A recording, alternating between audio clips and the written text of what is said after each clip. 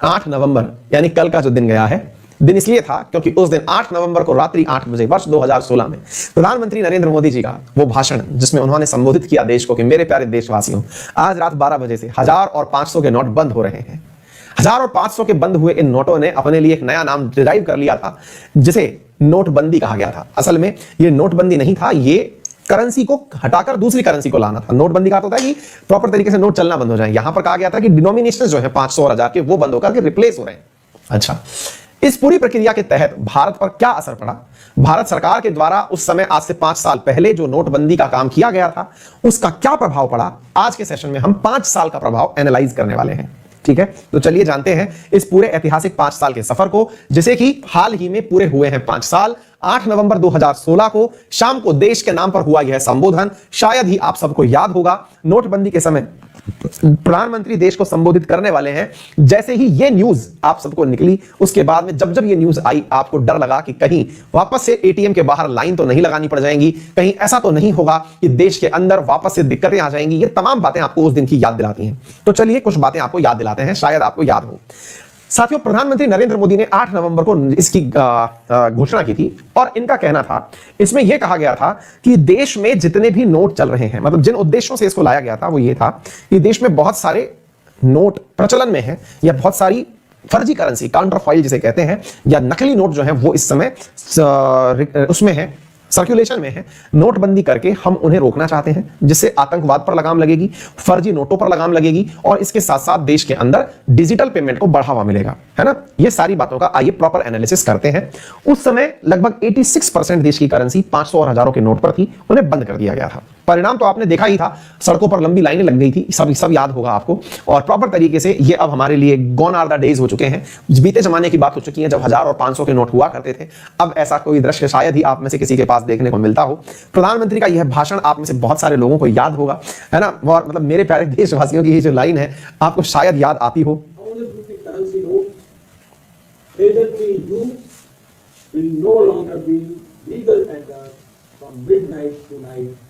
Persons holding old notes of 500 or 1000 rupees can deposit this note in their bank or post office account from 10th November till close of banking hour on 30th December 2016 without any limit. There may be some who for some reason are not able to deposit that old 500 or 1000 rupees note.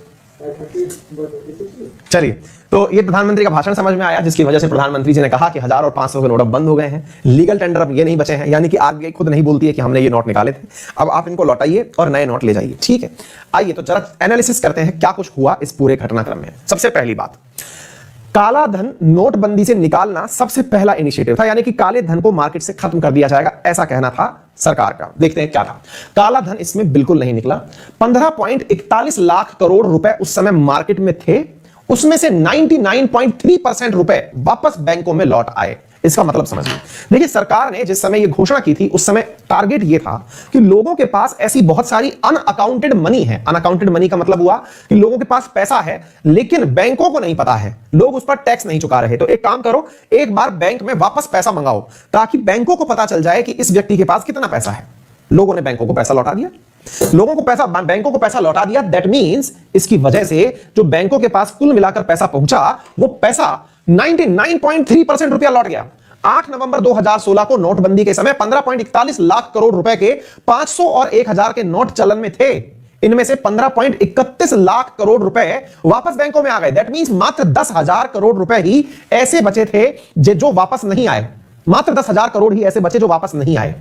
मतलब यह हुआ कि 10,720 करोड़ रुपए banking system में नहीं लौटे। इससे यह साफ होता है कि नोटों के रूप में जमा कथित काला धन सिस्टम से बाहर नहीं आया। सरकार की तरफ से दिए गए बयान में मुकुल रोहतगी जो उस समय पर हुआ करते थे अटॉर्नी जनरल, उन्होंने कहा था कि सरकार इसलिए ऐसा कर रही है क्योंकि देश में लगभग 4 लाख से लेकर 5 लाख करोड़ रुपए का नकली धन ऑलरेडी चल रहा है। 4 से 5 लाख करोड़ रुपए का धन अगर मार्केट में था तो केवल 10,000 करोड़ ही क्यों लौटा? जितना था वो तो वापस आ गया। अगर वो वापस आ गया तो क्या बड़ा सवाल उठता है, क्या नकली पैसा वापस आ गया? यानी कि एक प्रकार से जो उम्मीदें थी 5 लाख करोड़ की, जो आप कह रहे थे अनअकाउंटेड है, वो तो सारा वापस आ गया। बड़ा सवाल। दूसरा था साथियों, नोटबंदी के साथ साथ यह कहा गया कि देश में कैशलेस इकोनॉमी आ जाएगी, यानी लोग कैश में साथ काम नहीं करेंगे।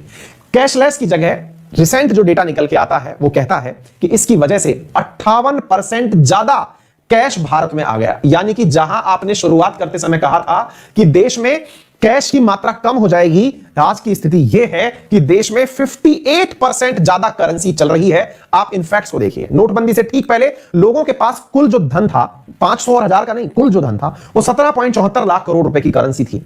सरकार का दावा था कि नोटबंदी का उद्देश्य देश को कैशलेस इकोनॉमी बनाना है। 5 साल बाद लोगों के पास करीब 28.30 लाख करोड़ रुपए की करेंसी है। यानी कि जब नोटबंदी आई थी तब इतनी करेंसी थी, आज इससे ज्यादा करेंसी है। इसका मतलब यह हुआ कि 58% ज्यादा कैश लोगों के पास है। यानी कि जो कहा गया था कि कैश कम हो जाएगा, उसका रिवर्स हो गया है। आगे चलते हैं। इसमें नोटबंदी के बारे में अरुण जेटली जी, स्वर्गीय अरुण जेटली जी का बयान भी है। उन्होंने यह कहा था कि इसकी वजह से कैशलेस अर्थव्यवस्था बन जाएगी। ऐसा हुआ नहीं। आगे चलते हैं अगले प्रश्न की तरफ। अगला पॉइंट क्या है? 5 साल के अंदर जब सरकार ने नोट बंद किए थे तब कहा था कि 500 और 1000 के नोट हम बंद कर रहे हैं। लेकिन 500 और 1000 के नोट बंद करने का मतलब यह है कि हम बड़े नोटों का हिस्सा कम कर देंगे। आइए थोड़ा बड़े नोटों पर प्रकाश डालते हैं। 2016 में नोटबंदी से पहले देश में कुल नकदी में 85% 500 और 1000 के नोट हुआ करते थे। यानी कि जितनी भी करेंसी मार्केट में है उसमें से 500 और 1000 के नोट जो हैं उनका 85% हुआ करता था। अगर आंकड़ों पर नजर डालें तो आज की स्थिति में देश के अंदर 85.7% जो नोट हैं वो बड़े नोट हैं, अर्थात 2000 और 500 के नोट हैं। यानी कि ये नोट आज उस समय की नोट से ज्यादा है, यह आपको समझना चाहिए। इसमें से 500 रुपए के नोटों का हिस्सा 68.7% है और रिजर्व बैंक अब 2000 के नोट छापना बंद कर दिया है। शायद इसकी वजह से कुछ कंट्रोल स्थापित हो पाए, यह आपके सामने है। प्रधानमंत्री ने खुद ने कहा था नोटबंदी की घोषणा करते समय कि 2014 में सरकार ने 5000 और 10,000 रुपए के नोट का प्रस्ताव अस्वीकार कर दिया था। अब बड़े मूल्यों के नोटों का हिस्सा एक सीमा के भीतर रहे, रिजर्व बैंक इसके लिए आवश्यक प्रबंध करेगा। लेकिन यह आवश्यक प्रबंध काम के दिखे नहीं। 85.7% बड़े नोट मार्केट में इस समय भी चल रहे हैं। चलिए आगे चलते हैं साथियों, आगे की तरफ देखिए। शुरुआती 2 साल में नकली नोटों में 56% नए 2000 के नोट पकड़े गए थे। असल में नोटबंदी करने की एक सबसे बड़ी वजह थी कि नकली नोटों को पकड़ा जाएगा। नकली नोटों के स्थान पर सबसे बड़ी जो बात देखी गई वो ये है कि जो नए नोट पकड़े गए उनमें भी 2000 रुपए के नकली नोट थे। कई जगह इस प्रकार के भी प्रवचन हुए थे कि इन नोटों के अंदर जो है कुछ विशेष प्रकार की चिप लगी हुई है, जिसे आप कहीं भी छुपा के रखेंगे। कई भारत की मीडिया हाउसेज ने प्रकाशित किया था कि नोट में विशेष प्रकार की चिप लगी हुई है, अगर आप कहीं छुपा के रखेंगे तो ये नोट अपने आप पता चल जाएगा। ऐसा कुछ हो नहीं पाया का मतलब यह है कि साथियों यहां पर जो है ये 56% के नकली नोट नए वाले निकल करके आ गए। तो नकली नोटों पर भी नकाम नहीं लगा।